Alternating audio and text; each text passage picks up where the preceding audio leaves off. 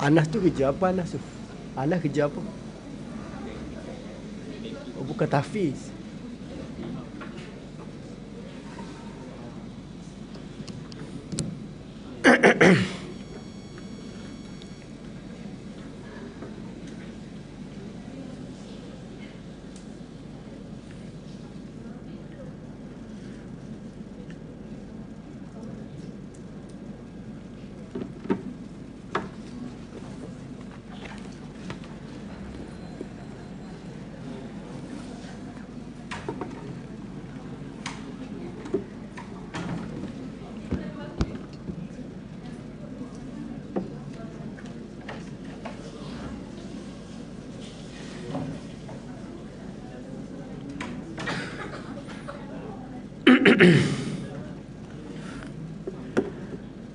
Astaghfirullahaladzim la ilaha illa wal hayyul qayyum wa atubu ilaih. Assalamualaikum warahmatullahi wabarakatuh. Lin nabiyil karim wa ashabul kiramul fatihah. A'udzubillahi minasyaitonir rajim. Bismillahirrahmanirrahim. Alhamdulillahi rabbil alamin arrahmanir rahim. Iyyaka na'budu wa iyyaka nasta'in ihdinas siratal mustaqim. Siratal ladzina an'amta 'alaihim ghairil maghdubi 'alaihim waladdallin. Alhamdulillahi rabbil alamin wassalatu wassalamu ala Rasulillah wa ala alihi wa ashabihi ajmain. Subhanaka la ilma lana illa ma 'allamtana innaka antal alimul hakim. Qala rabbi shrah li sadri wa yassir li amri wahlul 'uqdatam min lisani yafqahu qawli. Allahumma rabbana iftah bainana wa baina qaumina bil haqqi wa anta khairul fatihin. Allahumma arina haqqan warzuqna ittiba'ah wa arinal batilan batilan warzuqna jatin fatihi lima ughliq sabaqan nasiril haqqi bil haqqi wal hadi ila siratikal mustaqim wa ala alihi haqqa qadarihi wa miqdarihil azim. Amma ba'd.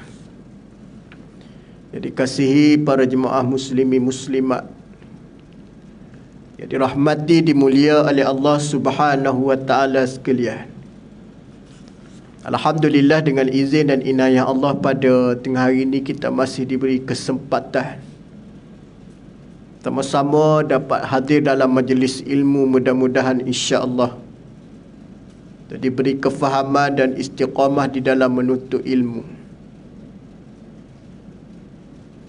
Pada tengah hari ini kita sambung perbincangan yang Ustaz sebut pada bicara yang lalu mengenai solat berjemaah. Pada tengah hari ini kita nak masuk kepada perbincangan mengenai siapakah yang berhak dan utama menjadi imam. Hak ni para jemaah sekalian muslimi muslimat, sebagai seorang yang mendirikan solat, dia kena ambil tahu keutamaan ataupun kita kata aulawiyat, siapa dia yang sepatut kita tolak menjadi imam. Kerana kita kena faham situasi apabila mendirikan solat ni, mesti kita tahu keutamaan dia. Bagaimana di dalam mazhab kita Asy-Syafi'i rahimakumullah. Mazhab Syafi'i ini adalah di antara mazhab ikutan kita di dalam pegangan kita ataupun amalan kita. Kita ada beberapa mazhab kan, ada mazhab Syafi'i, mazhab Hambali, mazhab Maliki. Bagaimana di dalam mazhab Syafi'i dia disebut apa dia? Orang yang berhak ataupun diberi keutamaan ataupun otoriti menjadi imam adalah mengikut tertib, mengikut susunan. Dia bukan boleh main-main nak tolak orang, tak boleh. Dia kena tengok susunan, berkait dengan keutamaan yang perlu kita hormati. Pertama dia sebut orang yang perlu diberi keutamaan ialah orang yang berkuasa. Kalau kita kata hari ni, seperti mana sultan dan pemimpin, itu kena utama jadi imam. Siapa dia yang mana datang ke tempat kita atas status dia sebagai seorang ketua, maka dia menjadi keutamaan menjadi imam. Kalau di dalam pejabat bos lah, bos jadi imam atau menjadi orang panggil keutamaan untuk tolak ke depan. Sekiranya bos tak ada, maka dia hantar wakil daripada bos dan daripada ketua ataupun kita sebut sebagai sultan lah, pemimpin. Apabila mereka menghantar wakil, maka mesti hantar wakil yang pandai, yang mengerti tentang keutamaan tersebut. Hak ni kita tengok di dalam perbincangan para ulama. Pemimpin ni dia bukan sekadar ada tokoh, tetapi dia kena tahu tentang soal ataupun kewajipan yang perlu dia pelajari. Mana paling kurang pemimpin ni dia boleh jadi imam semaya lah. Waktu kita nak pilih suami ni, paling kurang biar boleh jadi imam solat. Tak boleh buat doa tahlil tak apa, yang penting imam solat tu boleh. Maknanya kalau ayah kita nak cari ataupun lelaki nak masuk minta calon perempuan ni sebagai isteri, pertama kena tanya boleh jadi imam tak? Ataupun kebetulan dia datang jalan rumah, kebetulan nak sembahyang zuhur, tolak dia jadi imam sekali. Boleh ayah kata nak datang rumah, nak merisik, ayah suruh datang makan nasi tengah hari di rumah. Pancing lah sikit dah. Ayah suruh datang. Dia orang lelaki ni, kalau orang sebut kalau nak pergi datang berjalan, nak suruh makan nasi di rumah, tu maknanya mungkin dia suruh aku jadi imam tu. Kita kena faham lah. Kalau tiba-tiba dia tak ada kemahiran, belajar. Contohnya nak pergi minggu depan, minggu ni belajar lah, ambil cuti 3 hari belajar bab jadi imam. Jumpa dengan ustaz pergi belajar. Imam Zuhur tak payah tuan-tuan. Imam Zuhur senang je, sebab dia bacaan tak macam imam maghrib insya subuh dah. Boleh? Maknanya mesti menjadi ataupun paling kurang pandai jadi imam. Pasal apa tuan-tuan? Dia nak jadi imam kita. Nak jadi imam kita. Hak tu di antara perkara yang perlu diambil tahu. Tapi malangnya dipilih bukan boleh jadi imam. Jarang orang tanya boleh jadi imam tak. Dia memilih al-fulus fid dunya wal manfus fil akhirah. Waktu dia pilih waktu dulu, maknanya cari duit dulu. Tak apa duit tu nak juga, tapi nak ceritanya kena cari syarat paling kurang jadi imam. Pasal ada muslimin-muslimat nak buat tahnik anak, nak baca, nak buat tahnik, nak suap buah, nak suap apa dia, nak suap tamar tu tak pandai tau. Anak 3 dah, minta tolong ustaz juga pergi. Kata buat dululah, hari 7 tu kan sunat dah, cukur jambu sikit. Buat dulu, kita bagi semua ni apa dia, doa-doa, baca suratul insyirah boleh, alam nasyrah ya. Tak pandai ustaz tak boleh buat, kena belajarlah. Selain daripada kita pergi jumpa orang-orang yang soleh, para ulama, suami tanggungjawab dia, sampai ke minta tolong ustaz pergi azan pun ada. Laki azan sendiri tadi kan, azan sendiri, baguslah. Ada ustaz free dah pagi ni, pukul berapa? Pukul 10. Kenapa? Nak minta azan. Sekarang tak boleh, tak boleh hari lagi, dia kata pukul 10 jangka. Jenuh kita nak menunggu tuan-tuan. Dah, tuan-tuan azan lah dulu, tak ada hal. Nak minta tolong pergi azan je, kena belajar semualah tu. Mana kalau orang kata sebagai seorang yang Muslim, seorang yang beriman atas tekik orang Muslim, kalau tak boleh azan, tak boleh jadi imam, maka bagi kita lah agak duka cita lah. Agak duka cita, paling kurang kena lah. Baik, ataupun yang disebut wakil kepada pemimpin ke atas sesuatu wilayah ataupun tempat, kerana ada hadis Nabi. Bukan yang disebut oleh para ulama ni suka-suka hati, tapi ada hadis Nabi. Apa hadisnya berbunyi? Nabi sebut la yu'manna ar-rajulu fi sultanihi wala yaq'ud fi baitihi ala takrimatihi illa biizni, rawahul Imam Ahmad. Seseorang lelaki, kata Nabi, janganlah ia menjadi imam bagi seorang lelaki di dalam kekuasaannya, dan jangan duduk di rumahnya di atas tempat yang khusus baginya kecuali dengan keizinannya. Hak dikata Nabi. Mana kata apa dia? Nabi suruh di antara kita ni memilih seorang yang layak untuk menjadi ketua, orang yang boleh memimpin dalam bab solat. Sama je, bukan jadi suami saja, pemimpin masyarakat, pemimpin setempat. Nak latih penghulu kampung paling kurang jadi imam dah. Nak latih ketua kawasan biar boleh jadi imam atas tekad orang Islam lah. Walaupun dia tak alim seperti mana para ulama, tapi dia tahu tentang keutamaan tersebut. Baik. Yang kedua, imam yang dilantik secara khas. Kita kata khas ni imam tetap lah, yang dilantik oleh ulil amri, pemimpin. Orang yang berkuasa diberi keutamaan sekiranya tidak ada imam khas, kerana jika ada imam khas maka ia lebih aula. Hak tu tuan-tuan, orang hijau, para ulama buat perbahasan. Boleh tak kita jadikan berikan satu amanah untuk melantik seorang imam dan kita memberi sagu hati pada dia? Jawapannya boleh, tak menjadi masalah. Bahkan kita perlu jaga kebajikan dia, jaga tempat tinggal dia, jaga makan minum dia, jaga yang disebut keperluan dia. Itu kalau kita tengok di negara-negara Masjidil Haram, imam besar gaji tau. Waktu tuan-tuan tengok Masjidil Haram, imam Masjidil Haram tu dengan Syekh Sudais, dengan Syekh Jibril semua tu kan. Tuan-tuan tengok masa dia jadi imam, pegawai peribadi tuan-tuan. Siap dengar tak? Apa makna dia? Dia mengangkat kedudukan. Semua puak-puak tu tarah dia hebat tu. Nah, kalau turunnya mesti ada pengiring. Ada pengiring, maknanya dia layak memberi ataupun menerima yang disebut dengan orang panggil apa, keistimewaan. Orang panggil apa dia? Satu keperluan dia, kenderaan dia, rumah dia. Nah, jadi kalau hari ni mampu kita bagi dia rumah, kenderaan, tempat, duit untuk dia berbelanja, maka perlu kita bagilah. Waktu kita jangan menyempitkan kefahaman. Kalau ada orang kata suami kerja apa? Kerja imam. Boleh pergi kau kerja imam ni? Jangan tanya gitu.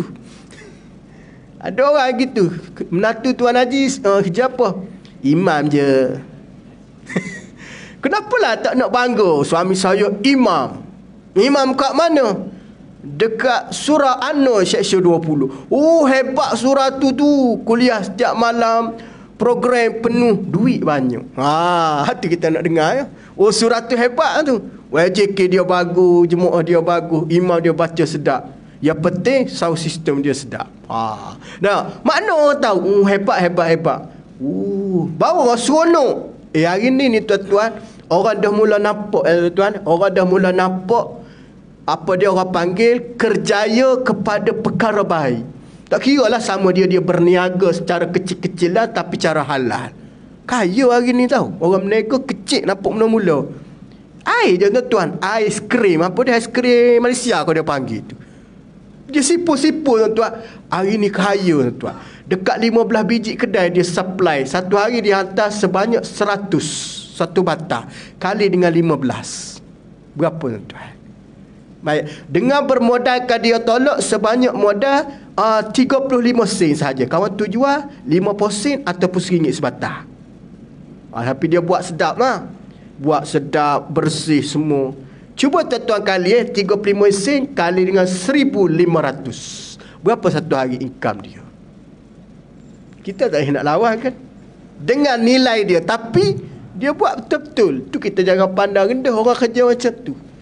Sebulan lah kira dia. Sebulan berapa pula dengan satu hari kali sebulan. Nampak tak calculation dia? Masa dia sekejap je. Tapi kerja tu halal. Tu jangan pandang lekeh lah. Tu ustaz ada orang penjemaah tanya. Ustaz nak tanya pandangan. Menantu saya ni ada kemahiran dalam ilmu. Ada ilmu hafal Quran. Bagus. Tapi tak ada kerja tetap. Kerja apa sekarang ni? Kerja dia imam. Bagus. Kita kalau boleh berpencing lah. Jangan fikir yang tu dulu. Apabila dah ada kerja tu, bagi kahwin cepat-cepat. Apabila dah kahwin tu, dia murah rezeki, adalah tu rezeki kan. Lepas jumpa 5 tahun kemudian, betul lah ustaz cakap, saya punya menantu hari ni dia dah berhenti jadi imam, dia bagi kursus pada imam-imam yang baru nak up balik. Kemahiran dia ada. Tu baru betul kan. Dia berhenti jadi imam, dia bagi training pada imam-imam baru nak naik. Dia bagilah motivasi, teknik nak jadi imam macam mana. Hari ni dia sudah ada konsultan sendiri nak mengajar imam-imam. Hebat tak? Asal dulu pak mentua dia kata tak ada keyakinan, tapi bagi dulu, bagi. Alhamdulillah, walaupun anak dia berkedudukan, berkelulusan master pada masa tu. Laki dia ada segi tahfiz je, tapi punyalah dia punya sayang, hidup bahagia, harmoni rumah tangga. Ta'ala bagi rezeki. PhD master tidak menghalang seorang wanita untuk memiliki seorang lelaki yang berpendidikan tinggi dalam ilmu agama. Walaupun dia tak ada CJ, tapi pendidikan CJ tinggi dalam bidang agama. Contohnya, mengaji di sekolah pondok selama 15 tahun. Tak ada CJ pun, tapi 15 tahun. Kitab Jawi dia baca sambil pejam mata, nampak faham dia. Maknanya faham lah tu. Hebat. Kami bahagia je. Adalah tu rezeki. Jangan kita duka cita. Baik. Orang yang berkuasa diberi keutamaan sekiranya tidak ada imam khas, kerana jika ada imam khas maka ia lebih aula. Kena lantik lah. Waktu kali kita tengok dalam Korea kita lantik imam. Imam nak dilantik pula, dia kena ada pertama imam yang disukai oleh Korea. Sama muslimat pun kita nak lantik kan, sama-sama perempuan nak naik jadi imam, kita kena redha imam yang kita naik tadi. Ramai-ramai tu kita kata yang mana paling solehah. Walaupun dia tak nama Siti Solehah pun tak apa, yang penting akhlak dia solehah. Walaupun dia seorang lelaki namanya tak soleh, nama dia Haji Jamal, tak apa, maka tapi lelaki soleh. Tuan ada orang tanya Ustaz kami ni nak pilih imam ni sukar. Kenapa sukar? Saya dengar satu ustaz cakap, kita tak boleh bagi imam yang fasik. Fasik tu tahu imam yang suka buat benda-benda fasik lah. Persoalan saya, tuan, kalau ustaz sebut ni sebagai benda nak faham. Imam kami ni kuat Isyak Oku. Sudah. Jam nak jawab. Kita pun tanya, ada tak otak Isyak Oku? Ada. Sedap dah bacaan dia. Sedap sangat dia ni. Jadi kalau boleh bagi hak tak Isyak Oku dulu. Gitu. Bukan ustaz nak pelekeh dah, tapi ada yang berlaku. Hak tu imam-imam syarat hari ni nak interview, pertama dia kata no smoking. Pasal apa tuan? Apabila di Isyak Oku tu menyebabkan orang jemaah tak selesa, betul tak? Tak selesa. Jadi tak selesa tadi tak disetujui oleh jemaah. Jadi waktu dia kata imam dipersetujui oleh jemaah. Baik. Yang kedua, persetujuannya yang berlaku bilangan yang tak setuju tu ramai, yang setuju itu sedikit. Contohnya 10 orang. Tak setuju 7 orang, setuju 3 orang. Maka Imam Syafi'i dalam pandangan dia sebut apa dia? Memilih di sudut apa dia? Al-Imam Ibnu Hajar Al-Haytami sebut, pertama, pilihlah dia tadi, tengok yang tak setuju 7 orang, yang setuju 3 orang tadi, tengok yang ketiga, akhlak dia macam mana, soleh dia macam mana, bacaan dia macam mana. Cek semua. Hak 3 orang setuju berbanding seorang lagi 7 orang setuju, tetapi hak 3 orang setuju tadi, bacaan sedap, orangnya soleh, keadaannya tidak ada masalah sosialnya okey. Hak setuju 3 orang baca sedap baca ni, tapi kadang-kadang duk mengorak dengan anak dara Korea. Jenuh juga gitu. Kadang-kadang duduk macam-macam dalam WhatsApp tu. Tengok Facebook dia, Masya Allah, Tabarakallah. Ada. Jemaah ni tuan-tuan, dia ada hak untuk nak skodeng sampai tahap tu. Dia scroll dalam Facebook, dahsyat imam ni. Sekejap selfie dengan orang perempuan tu, selfie dengan orang perempuan ni. Betul, dia suka selfie, tak tahu kenapa. tapi bacaan dia lah sedap. Tapi kalau dia jumpa dengan artis perempuan, dia suka selfie. Tak tahulah, mungkin dia memang sukalah selfie, ataupun bidang dia dalam bidang selfie lah aku. Mungkin lah. Nah, jadi selfie dia ni tak pernah miss, tuan-tuan. Jadi jemaah pun scroll tengok, jemaah kata macam mana situasi macam ni. Pilih yang pertama tadi, walaupun 3 orang setuju, sebab akhlak dia comel. Perasaan ada hari ni orang suka selfie kan, selfie. Tapi orang tak suka selfie dengan isteri tak dalam Facebook kan. Ada tu haji, okey lah. Nah, kalau 2 berani tak segi kanan, tak berani juga mesti satu kan.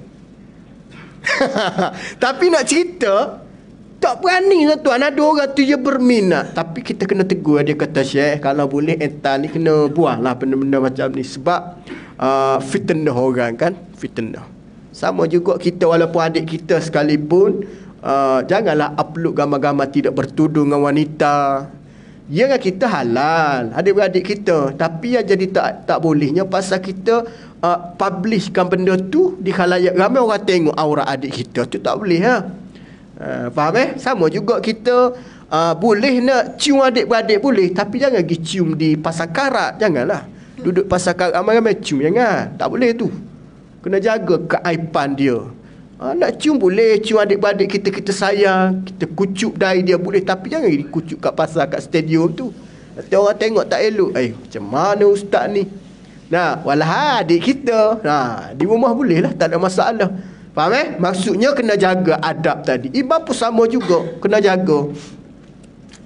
Ni nak pilih imam ni tuan-tuan kan. Nah, imam ni benda yang paling orang panggil peduli tentang adab dia. Baik.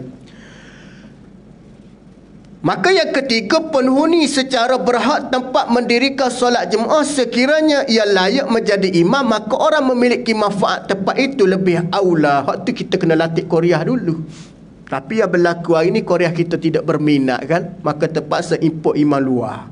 Ini berlaku dalam hukum sebenarnya afdal menawarkan imam kepada Korea sendiri. Hak tu tuan-tuan, kalau kita ada anak kita ni seorang hafiz, hafal Quran, ada aliran agama, berilah pendidikan, pendedahan supaya dia jadi imam. Pasal apabila dia balik dalam Korea, afdal dia jadi imam. Hak tu kita kata anak Korea yang manfaat kepada Korea tu. Jangan kita rasa jangan kita pula ambil pendekatan, tak payah lalu. Nanti orang bercakap tahu ayah ni malu dah lah, ayah kurang datang surau. Sudah. Hak tu pun masalah juga. Sebenarnya kita kena memahamkan orang masyarakat ni, di segi hukum jangan kaitkan dengan personal kita, tak boleh. Anak kita ada kelayakan ahli Korea, afdal dia pergi ke depan. Pertama, kerana dia memahami situasi Korea. Pasal kalau tuan-tuan jemput imam luar, kalau imam tu nak cepat, biasanya dia cepat solat tau. Biasalah. Tapi kalau imam Korea ni, dia contoh di surau kan, surau. Semua pencing ramai zuhur kan. Semua persatuan pencing kan. Persatuan pencing, persatuan gaul, ada semua pun dia. Jadi pencing ni dia semayang relax. Ada yang duduk atas kursi, ada yang duduk tak boleh nak berdiri, macam-macam. Jadi kalau imam di kalangan Korea naik, dia tahu, jemaah aku pertama pencin, yang kedua semayang atas kursi, yang ketiga ada di kalangan orang-orang yang tak ada keupayaan. Maka dia pandai mengimbantara, kata dalam pandangan mazhab Imam Syafi'i, mengetahui situasi jemaah dia.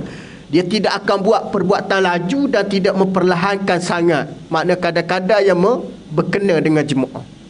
Kalau tidak, tahu ustaz pernah tengok imam ni memang segok jadi imam, jubah hitam.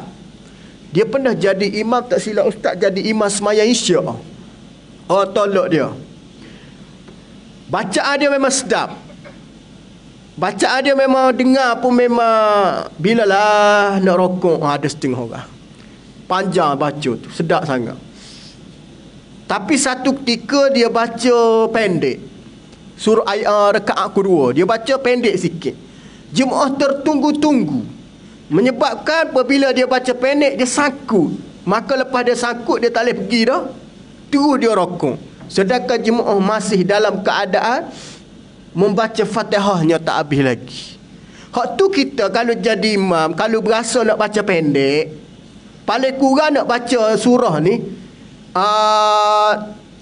ayat ke atas. Kalau kita nak baca pendek, maka bacalah kita dengan kadar beri ruang pada jemaah baca Fatihah. Paling kurang 3 ataupun 4 ayat. Ihdinas siratal mustaqim. Jemaah baca gitu dah. Maka kita baca Bismillahirrahmanirrahim. Qul huwallahu ahad, Allahus samad. Ada setengah orang dia wasal, ada juga.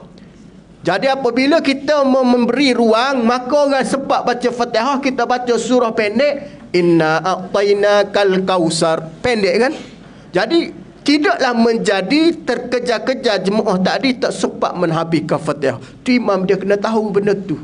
Dia bukan boleh jadi imam, boleh baca Fatihah, tidak, tapi dia kena tahu perihal. Hak tu kita kena belajar hak tu. Jadi kalau imam setepat, dia tahu ayah haji ni tak boleh cepat. Ayah haji ni tak boleh nak laju-laju, nanti dia mana dia tahu mengimbangi. Orang luar tak tahu tuan-tuan. Hak tu kalau kita musafir balik kampung, orang tolak jadi imam, kita tengok ada imam setempat, kita kata dia dulu afdal pada kita. Kita kena cerita pada orang, kadang dia tak faham. Haji afdal pada saya, pasal haji penduduk setempat. Kecuali dia tak ada dah, kecuali dia tak ada ataupun tak ada orang jadi imam, kita cuba naik. Tapi kalau ada imam yang dilatih, dahulukan dia. Tu kena faham situasi. Dia nampak kita beradab. Tu ada satu lagi, imam pun jangan guna kuasa tu sampai tak beri pada orang. Ada juga dia guna kuasa tu tak bagi pada orang. Bagilah. Kadang-kadang orang tu nak cuba try juga, nak cuba juga ke depan. Jadi dengan arti kata, di segi hukumnya, keutamaan kepada imam setempat dulu. Hati kadang-kadang imam kalau main orang gantilah sekali, tak ada turunlah dia, sedangkan dia diberi amanah. Berat tugas tu berat. Tapi faham imam tak menanggung dosa makmum ramai orang dok kata jadi imam ni menanggung dosa makmum. Tidak. Salah tu, tak betul. Betulkan pemahaman sebenar, imam tidak menanggung dosa makmum. Makmum tak sembahyang, imam tak tanggung. Mana boleh makmum tak sembahyang imam tanggung kan? Ingat dulu kata jangan kerja imam nanti menanggung dosa ahli Korea dah. Berat sangat tu. Tak. Mana menanggung dosa orang? Tak menanggunglah. Dah. Dosa orang dia sendirilah tanggung, apa kita pula. Nah, cuma imam ni akan menanggung beberapa keadaan. Apabila dia melihat kemungkaran tidak menegur.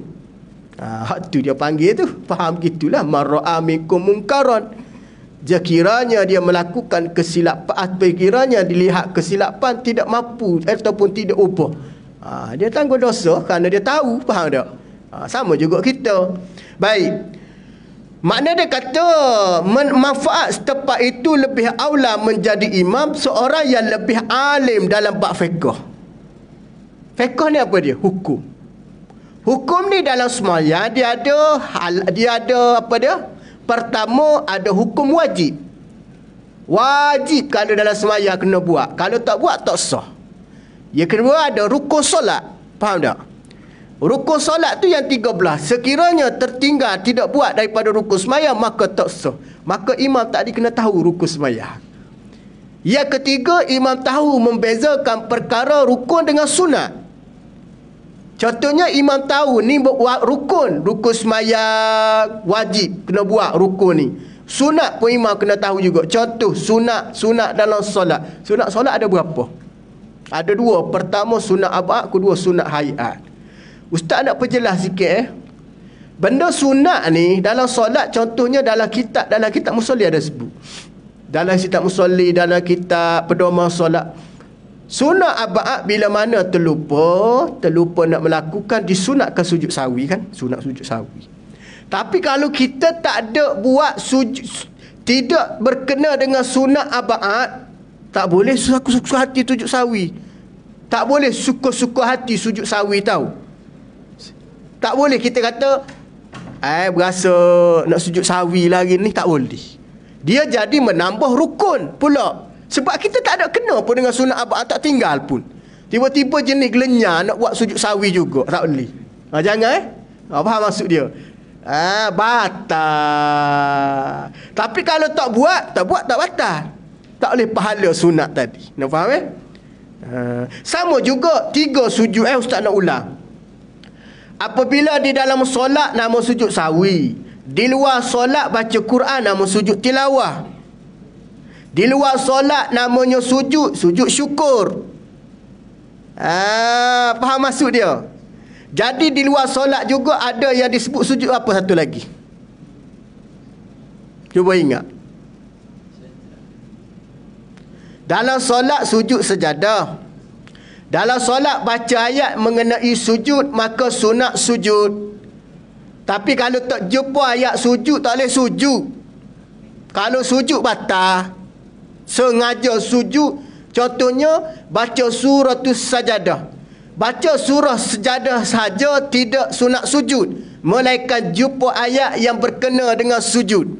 Contohnya, innama yu'minu bi ayatina allazina iza zukiru biha kharru sujada. Baru sunat sujud. Tapi kalau naik jadi imam subuh tak jumpa ayat innama yu'minu bi ayatina allazina iza zukiru biha kharru sujada, tak boleh sujud. Tak boleh sujud sejadah. Tapi boleh dah pahala membaca surah sejadah. Clear tak tu? Jadi kalau tiba-tiba tak jumpa ayat tu, maka terus rokok macam biasa, iktidal macam biasa, sujud macam biasa. Tapi kita boleh pahala baca surah sejadah, tak boleh pahala sujud sejadah. Pasal tak sujud. Pasal ada ustaz tengok setempat ni dia imam tak datang, kita pergi semayang setempat tu. Dia baca surah sejadah pendek je. Tak ada jumpa pun ayat tentang sujud. Tiba-tiba Allahu Akbar. Kita tak boleh ikut tau. Yang ikut batal. Kita tahu tak boleh ikut. Kita kena stay berdiri juga. Sehingga dia bangkit semula. Bangkit semula. Tapi kalau kesilapan imam tu nampak ketara, kita boleh mufarakah. Tapi kalau setakat dia sujud tadi, dia mungkin dia lupa, mungkin dia mari gangguan, tiba-tiba dia bangkit semula, dia baca sambung surah rokok, kita stay dulu. Tapi tiba-tiba dia dah melapau, dah meleret, tegur pun tak boleh dengar, tak apa, boleh mufarakah. Tapi jangan ambil keputusan mufarakah awal, jangan stay dulu. Sama juga imam yang suka buat sujud sawi. Bahasa ustaz tengok asar, semayang asar ni imam dia ragu-ragu kan. Dia sebelum bagi salam dia buat sujud sawi imam tu. Mungkin dia tak faham clear kaedah sujud sawi buat tu kenapa. Dia buat juga. Sebab dia berpegang dalam satu pandangan, bila mana ragu-ragu rekaat sunat kita buat sujud sawi. Tapi kena faham, asasnya sujud sawi ni sunat abaat, terlupa buat. Dia pun buat 2 rekaat, 2 kali sujud. Subhanaman la yanamu wa la yashu, baca tak? Tuan-tuan tak boleh buat tahu. Jangan ikut dia. Tuan-tuan kena stay sehingga dia bangun bagi salam. Kalau tuan-tuan ikut boleh membatalkan solat. Hak tu kita kena faham. Ada perbuatan imam buat kita tak perlu ikut. Antaranya imam tersilap, tegur tak dengar, tak ikut dia. Banyak berlaku ustaz tengok asal dia buat. Dia kata, kita tegur dia, Ji kenapa Ji buat sujud sawi tadi? Sebab ragu-ragu. Tapi kalau kita buka dalam fiqh, ragu-ragu tak perlu sujud pun. Tak perlu sujud pun. Tapi mungkin dia ambil ada satu pandangan, hak ni hak lemah lah, boleh nak sujud. Tapi dalam masa yang sama, cukup pada rakaat. Jadi makmum tak perlu nak ikut. Jadi perbuatan imam ni, kalaulah dia ni mengada-ngada dengan benda yang tak perlu diikut oleh makmum, ataupun makmum tak perlu mengikut imam yang mengada-ngadakan benda yang tak berkait dengan rukun solat, jangan ikut tuan-tuan, tak boleh ikut. Ni ikut mula-mula dia sendiri tak confident dah. Dia mula-mula dia confident, tengok imam terus buat, maka hilang keyakinan dia follow balik. Hak ni pun jadi masalah juga. Hak tu tuan-tuan dalam pak solat ni, hak mula-mula itu kena diambil kira. Jangan fikir yang 2, yang 3, yang 4. Hak tu banyak lebih kepada waswas dah. Hak tu orang penyakit waswas ni, kalau akad takbir Allahu Akbar mada dah. Jangan Allahu Akbar subhanallah. Dia nombor 2, nombor 3, hak paling ngabang nombor 4. Kalau nombor 4, nombor lebih pada pertama, hak tu jadi serabut lah tuan. Hak mula-mula tu paling afdal. Ini orang penyakit waswas. Tu orang penyakit waswas ni, nak hilang penyakit waswas ni, buat sekali je, jangan buat 2 kali. Kalau buat 2 kali, 3 kali dia jadi ganggu. Faham maksud dia? Ini antara benda yang kita kena ambil maklum lah. Baik, alif fiqh. Fiqh maksudnya dalam bab hukum solat. Hatta muslimat sekalipun, dia kena tahu kedudukan ataupun sebagai seorang imam bagi wanita. Dia gini, tuan-tuan, banyak berlaku ni. Masa PKP dulu pernah ada cerita kes lah. Suami dia ni, kebetulan suaminya ni tak ada kemahiran nak jadi imam. Kebetulan isterinya guru, ustazah. Mengajar sekolah kafar lah, gitu. Baguslah mengajar sekolah kafar ni, mengajar fatwa ayat anak-anak murid tak. Mungkin terlupa ataupun dia teringat lah, ataupun dia tak ada kemahiran dalam bab fiqh. Dia tahu suami dia baca Fatihah tak betul. Orang yang baca Fatihah tak betul tak sah jadi imam. Betul tak? Jadi bini dia ni ajar suami. Ajar. Baguslah ajar. Jadi isteri nak mengajar suami tak masalah tau. Tapi dalam waktu-waktu tertentu tak boleh. Jadi suami jadi imam, bini ajar suami tengah jadi imam. Tak sah solat. Sebab dalam solat wanita tak boleh baca kuat. Faham maksud dia? Dalam solat suara wanita aurat. Hak tu wanita kalau nak tegur solat dia tak boleh sebut subhanallah tau. Dia kena, faham tak? Dia tak boleh subhanallah. Orang lelaki subhanallah, wanita tak boleh. Tepuk tangan kan, kalau kesilapan. Walaupun suami dia sekalipun dia tak boleh nak tegur. Bang, 2 rakaat dah bang, tak boleh. Ataupun dia nak ubah, suami jadi makmum, dia jadi imam, lagi tak boleh. Habis tu nak buat macam mana? Okey, hak tu kena ada anak. Hak tu kena belajar anak agama. Situasi macam tu anak penyelesai. Ada anak jatah seorang, nah, suruh dia jadi imam. Ataupun macam ni, kaedah dia macam mana? Suami kena buat setakat mana dia mampu. Setakat mampu. Faham maksud dia? Dia kena buat mampu, dia belajar. Jadi apabila suami belajar dalam keadaan buat silap dalam belajar dan dia belajar, jika dia buat mendirikan tidak berdosa, suami boleh naik imam. Tapi suami baca sekadar mampu dia je. Faham maksud dia? Mampu dia baca. Contohnya Fatihah dia kuasai 60% sahaja. Tapi ada part tertentu dia tak boleh nak sebut. Tapi dia cuba usaha nak sebut juga. Sekadar mana usaha dia dan dia mampu nak menyebut sudah memadai. Walau bagaimanapun jemaah boleh buat. Jemaah boleh buat. Tapi isteri jangan menegur bacaan suami dalam solat yang silap. Batal. Sebab suara wanita ni dalam semaya tidak boleh. Faham maksud dia? Hak tu kita nak jadi orang panggil mubaligh. Mubaligh ni orang sampaikan suara imam. Kalau kita pergi Masjidil Haram ni, mubaligh ni gini. Tu imam kata Allahu Akbar, kita pun dengar suara belakang Allahu Akbar, tu nama mubaligh. Perempuan tak boleh. Yang menjadi mubaligh lelaki. Walaupun perempuan duduk di sah belakang, dia tak boleh jadi mubaligh di antara mereka, tak boleh. Kena orang lelaki juga. Hak tu perempuan dia tak boleh jaga, dia tak boleh meninggikan suara di dalam surau ataupun masjid. Sebab hukum asal dia perempuan solat di rumah. Tapi apabila dibincang dengan suami atas budi bicara, atas persetujuan, maka harus dia datang, boleh. Tapi melalui dengan proses mengelakkan ia daripada berlaku fitnah. Bawa peneman lah. Kalau perempuan nak datang seorang, bawa adik-beradik, bawa mak, mari dengan mak. Tapi dilarang memakai pakaian yang elok-elok. Make up tak boleh pakai. Jangan duk pakai gicu, jangan. Kalau boleh baju dia tu tak payah nak merelik-merelik sangat. Nanti orang tengok, wih, siapa dia ni? Tak. Pakai biasa-biasa je. Wangi-wangian tak boleh tahu. Wangi-wangian jangan. Wangi-wangian perempuan tidak dibenarkan datang berjemaah memakai wangi-wangian melampau. Orang lelaki sunat tahu. Orang lelaki sunat memakai wangian tapi dengan syarat no alkohol. Alkohol ni dua, ada yang dibenar, ada yang tidak dibenar. Kebanyakan alkohol daripada perfume ataupun minyak wangi yang dipakai untuk solat tu dibenar. Kerana dimasukkan alkohol tu kerana nak suruh tahan kadar benda tu. Yang tidak dibenar, alkohol yang tidak ada dibenar kau ada syarat campuran yang diharam. Alkohol kena faham ada dua. Tu kita tengok kenapa campur nak menahankan wangi dia dan tahan dia punya ketahanan di segi bau apa dia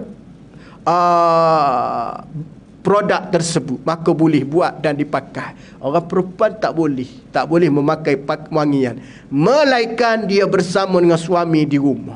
Hati kalau kita pergi masjid jangan pakai wangi-wangi. Nanti orang kata tak khusyuk sembahyang tuan.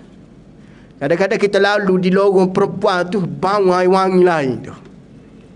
Tiga orang je ni suka tengok bauan pelik-pelik ni, suka mesti ada perempuan. Nak elok fitnah dah. Jangan pakailah elok-elok. Jangan pakai elok-elok bermakna menonjolkan ataupun menyebabkan berlakunya pelihatan kepada kaum lelaki. Yang paling elok pakai telekus maya lah. Telekus maya. Telekus maya sekarang ini dia ada macam-macam color. Dulu warna putih kan. Ini warna coklat ada. Ada orang tu kulit putih dia pakai hitam. Tapi kalau orang kulit hitam pakai telekus maya hitam pula, jadi takut orang pula dah. Dia pakailah warna-warna yang berkesesuaian. Jadi tidak disyaratkan, tapi sunat memakai pakaian putih. Macam ihram juga menutup pada tengah hari ni. Ihram ni tuan-tuan sunat kain putih. Sunat Jadi kalau tuan-tuan tak ada kain putih boleh pakai kain lain. Sunat kain putih. Sunat memakai kain putih. Sama kain kapan juga, tak ada kain kapan putih. Boleh je. Tapi sunat putih. Cuma orang kita ni kalau bunyi kain kapan mesti putih. Faham maksud dia? Tapi kain ihram tu memang betul sunat putih. Jadi kalau kita nak buat pahala, ambil pahala, pakai baju putih lah tuan-tuan.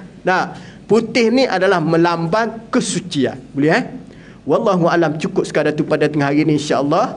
Selamat beramal, mudah-mudahan kita diberi kefahaman oleh Allah Subhanahu wa taala. A'udzubillahi minasyaitonirrajim. Bismillahirrahmanirrahim. Allahumma faqqihhu fid din wa 'allimhu ta'wil. Allahumma ihdinas siratal mustaqim minan nabiyyin was-siddiqin wasyuhada'i was-salihin wa hasuna ulaika rafiqa ya arhamar rahimin. Wa sallallahu ala Muhammad walhamdulillahi rabbil alamin. Wassalamu alaikum warahmatullahi wabarakatuh.